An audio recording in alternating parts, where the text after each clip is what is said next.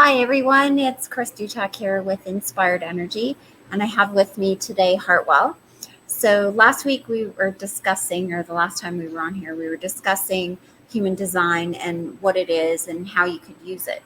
So our next topic today is we're going to have a little discussion about the different types in human design and let you know a little bit about them and their auras. So to start it off, I'll just introduce this as Hartwell for those of you that don't know. And Hartwell, can you tell us what the different types are and how many there are of them? Yeah. Good morning, everyone. There in human design, human design says that there are 4 basic types, no others, just the 4. Generators are generators, projectors, manifestors, and reflectors. Now, the generators make up 67% of the world. Projectors make up about 22%. Manifestors make up about 9%, and reflectors 1%. So every one of us is one of those 4 types. Well, I find it interesting because I've been doing human design with you for quite some time, but I still have never met a reflector, which that explains it because they're only 1%, right? Yeah, quite rare. Yeah. Have you read for a reflector yet? Yeah, I've met 3 or 4. Oh, wow. Yeah, but it's not common at all. So maybe you can tell us exactly what the different types are and what the differences are. So like, what is a generator? What is a manifestor? Like, what makes them have that title? Right. Well, we're going to do a little bit of a series. We're going to do a little bit of a chat about each of the types separately. So I won't go into too much detail right now. In human design, there are the 9 centers. Mm-hmm. And type really, type determines our aura and the way we interact with each other. Okay. Generators, they are defined in human design as somebody who has the sacral center defined, which is the most powerful motor. Okay. So they do things. They do things. They're here to do. They're here to create. They're here to be productive. Mm-hmm. Yeah. Cool. Mm-hmm. And the projectors. The projectors. So that there's the 2 energy types. Mm-hmm. Okay. Generators and manifestors are energy types. Okay. So they have motors connected.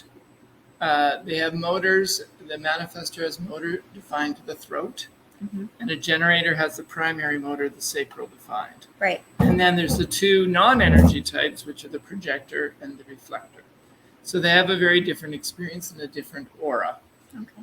So how would you describe in human design, what's the difference between when you use the word aura in human design versus how we use the word aura when we're talking about somebody's energy body around them? Like, what is the difference? There's a substantial difference. And in a sense, they don't overlap. Mm-hmm. My understanding of auras, from having taught yoga for many years and, my own self-exploration, we talk about auras. We talk about 7 basic ones in our body. Some people talk about more. Mm-hmm. And we talk about each one being strong or not strong. Right. So there's a lot of conversation around that. Mm-hmm. In terms of human design, mm-hmm. What we're speaking about here is something that is genetically determined and something that affects your strategy for moving through life and the way that you aurically impact others automatically. Mm-hmm. So think about a default setting. Right. So with a generator, there's an enveloping and inviting energy about a generator. Okay. With a projector, there's a kind of a absorbing and penetrating energy. Okay. With manifestors, there is almost a repulsive energy to being a manifestor. Okay. In terms of their aura. And reflectors have a sampling aura, is what human design talks about. They sample the environment. They, in a sense, They don't absorb it in the same way that a projector does, but they sample it, they test it. So they dip their toes in the water and then get out and reflect on the experience that they've had. Exactly. Okay, cool. So how does the aura that each different type have affect human interactions?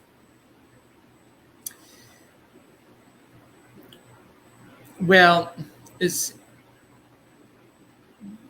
our auras, which operate automatically, call out particular behaviors in each other. Mm-hmm. So a generator aura is going to provoke other people to ask them questions and to, in a sense, provoke question asking and response from the generator. Right. Because they're meant to be responsive to the environment, which speaks to their strategy, which I haven't brought up yet, but it's implicit in this conversation. Whereas a projector aura is going to affect the environment such that it attracts recognition and invitation. Okay. So me being with you is actually going to provoke certain things from you, as your aura provokes things from me. Okay. And that's an automatic. It can't be. Yeah, that's because I'm a generator. That's why he's using that example. Yeah. And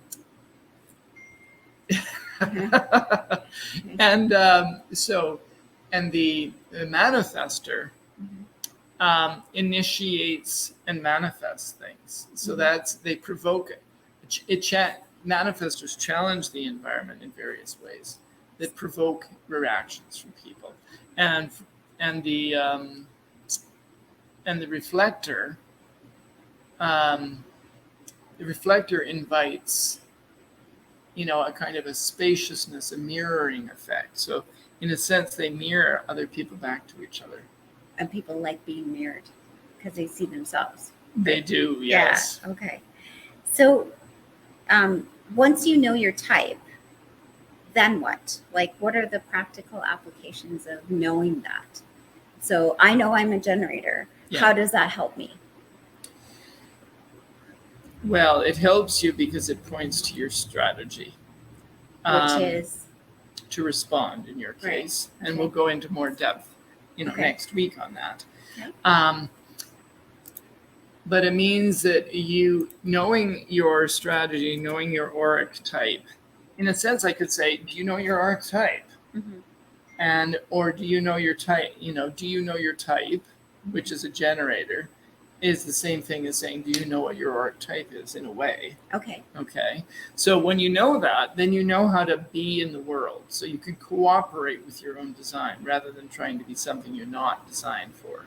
Right. So instead of trying to act like a reflector or a manifester, I just understand that I'm a generator, right? That my authority is that I'm defined sacredly to get things done. Yes. And so that's what I meant. I'm a motor to move through the world, right? Yes. Instead of trying to initiate things like a manifester does and then leave.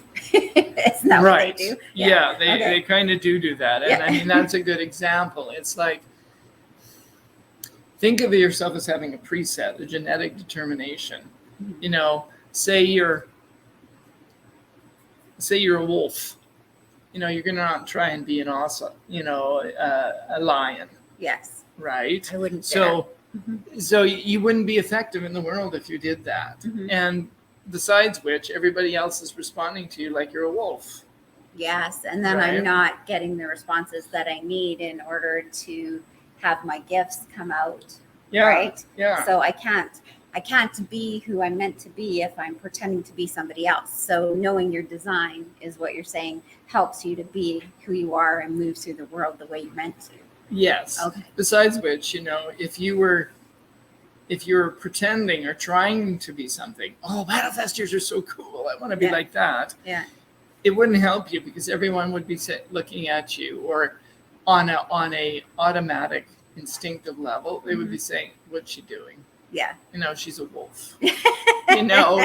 There's no fooling each other on this level because our energetic systems speak for us. Yeah, it's like when that old saying, right? It looks like a duck, sounds like a duck, it must be a duck, but it's not. In that case, when you're acting like a duck and you look like a wolf, then people are confused, right? They don't understand how to interact with you.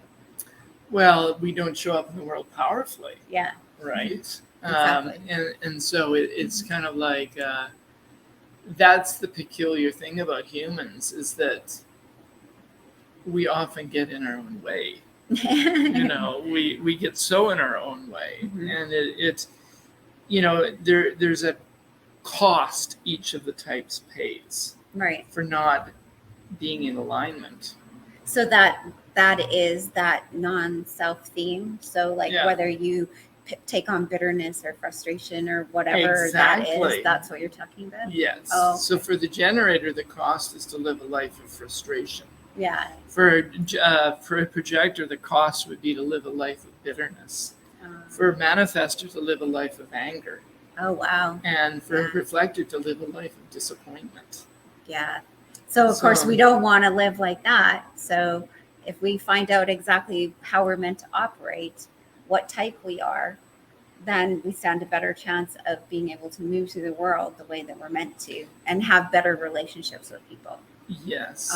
And also we can, if I'm a projector, which I am, and I know you're a generator, then it gives us, there are ways that we can facilitate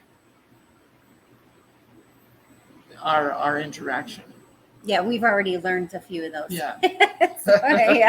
Which is good. So I think, is there anything else that you can say about the different types and their auras to wrap today up, or that you want people to know? What I would like to say, I've been studying these systems for a long time, astrology, human design, and I'm excited by uniqueness. I'm excited about the possibilities for feeling powerful within the context of who I am. So what I would say to people, I guess, as a response to this, is that you're perfect the way you're designed, and if you learn how to be yourself, then you get to have an experience that is a very fun, enjoyable, calm, peaceful, but what excites me is the conversation about, because this really feeds into contemporary society's concern with diversity. Right. Really respecting the different ways that people show up in the world. Right. And I would say that, human design, like nothing else, really, it shows us that we are also incredibly diverse. And in order to have the experience that we're wanting, respect your own diversity, respect your own uniqueness, and that of every other too, and then we can have so much more fun together. Right. Sounds good.